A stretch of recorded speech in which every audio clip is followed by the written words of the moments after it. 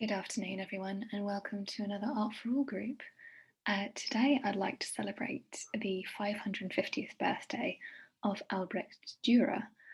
And Albrecht Dürer was born in what's now the Netherlands, and he was one of the most famous artists during the Renaissance. He was from Northern Europe, but he took a lot of influence from Italian Renaissance artists. And there's also an exhibition that's happening, I think, later this year in the National Gallery, celebrating his 550th anniversary.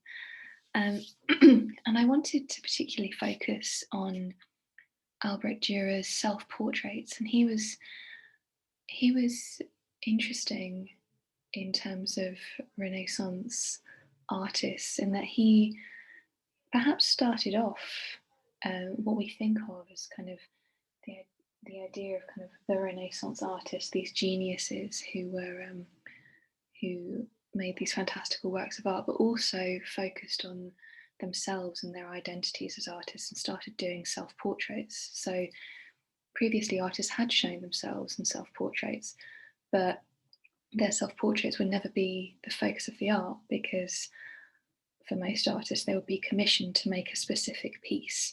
And that specific piece would include probably the image of the person who was commissioning it, but not the artist who was making it. It wouldn't be of interest to the person commissioning the work or necessary in a church. But artists, and Albrecht Dürer in particular, started using his self-image as as a way of exploring artwork in different contexts and different forms. And here we can see his very earliest self-portrait. So this is self-portrait at the age of 13, which he made in 1484. And this is a silver point work. So this is a paper that's been painted with gouache paint, so to give this matte surface, and then he's scratched into it using a piece of metal or often a piece of silver, rather than a pencil, using an actual tiny pointed piece of silver to create the shading, the cross-hatching, and the lines. And another reason that artists might have been more able to make their self-portraits was because mirrors were becoming better, clearer. You could see yourself. You might be able to draw yourself. So before mirrors got a bit more sophisticated, it would have been actually quite difficult to get an image of yourself. People in the very far past would have been looking into polished bronze or polished metal, and mirrors, glass mirrors, were very, very expensive. But as mirrors became more accessible to more people, self-portraits would have been able to happen. So moving on to Dürer's next self-portrait, and here we can see him in 1498. So that's 16 years on. He's let me see if my maths is right. I'm not quite sure. He's certainly in his 20s, and he's shown himself in this three-quarter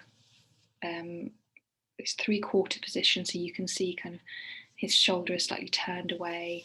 He's a similar pose to the previous image, but he's looking at the viewer, and he's also depicted himself as kind of a dandy, as a Renaissance gentleman, and he's shown himself as a gentleman would be shown with this landscape in the background, these mountains. And it also shows maybe that Dürer travelled a lot. So he travelled all over Europe, made drawings, made artwork along his way. And this is maybe showing the raised status of artists, and also maybe Dürer kind of experimenting with how he saw himself as well as how other people saw him, and using himself as a canvas as well as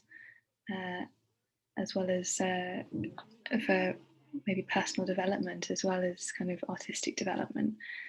And then his final self-portrait is this one, and this is very, very different. Again, this is self-portrait at the age of 28 in 1500, so 2 years 2 years later. And here we can see this has a black background. It has his signature very, very prominently high up on the image, and next to, on the other side, says, I, Albrecht Dürer, painted this with my own paints in the year 1500. And you can see that his signature and the inscription are both up near his eyes. We can't help but see them. We can't help but know that this is Albrecht Dürer.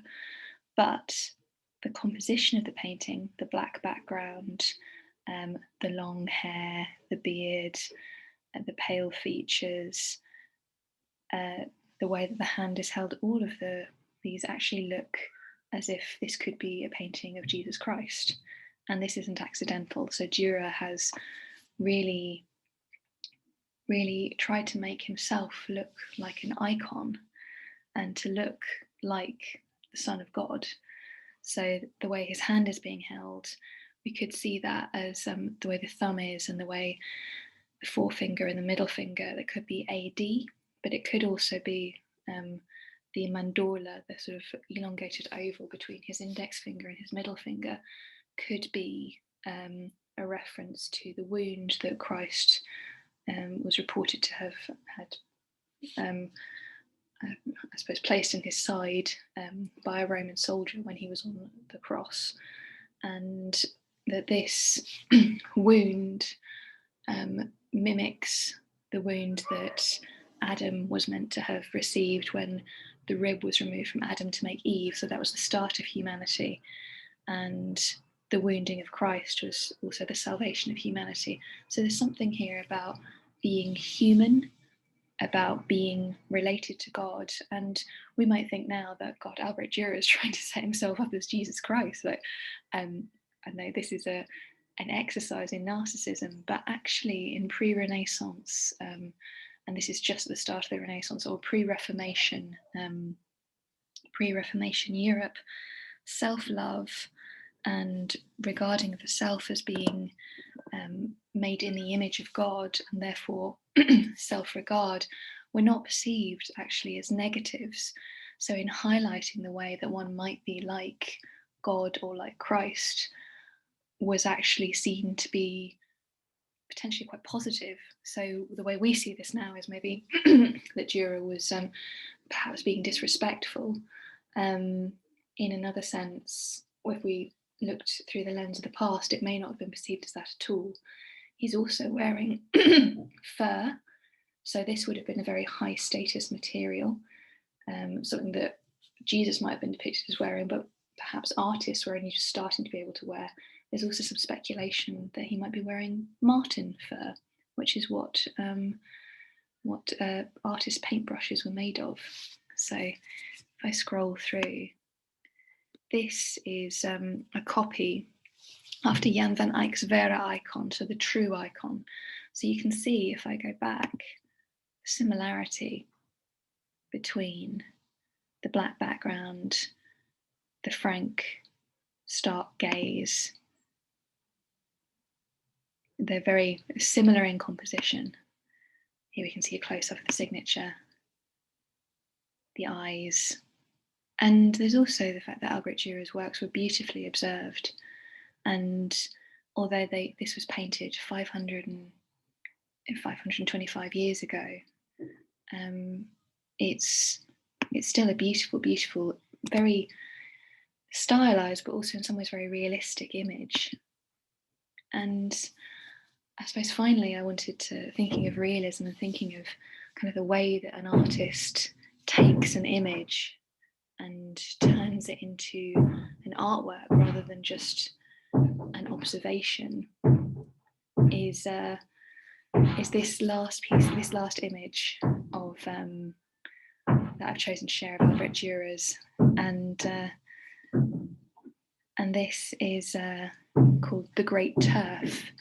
And here we can see, much like his self-portrait with the black background, here there is no background. And it's just a study of a piece of turf. And this is something that could have been painted today. It's quite contemporary. It's just a study of a piece of ground. It could be an image It could be a Lucian Freud image from the 1960s. It could be something that somebody paints today. We could see, you could go outside now and see this piece of turf, and it is kind of the iconic piece of turf. Like, you maybe wouldn't find all these plants together. It's been highly composed, but it's made to look artless. And that's, I suppose, maybe something to take from Dürer, this kind of, this extreme planning, this extreme attention to detail, but making it look so simple, and also the hidden meanings within things. So what I'd encourage you to do this week is perhaps have a go at a self-portrait and see whether there are ways in which you can show yourself that have hidden meaning for you, that you might not want to explain to other people, or you might, but ways that have hidden meanings for you. So symbols, ways in which you might be sitting that might mean something, ways in which you might be looking, the expression on your face, what you're wearing, and just seeing what comes from that.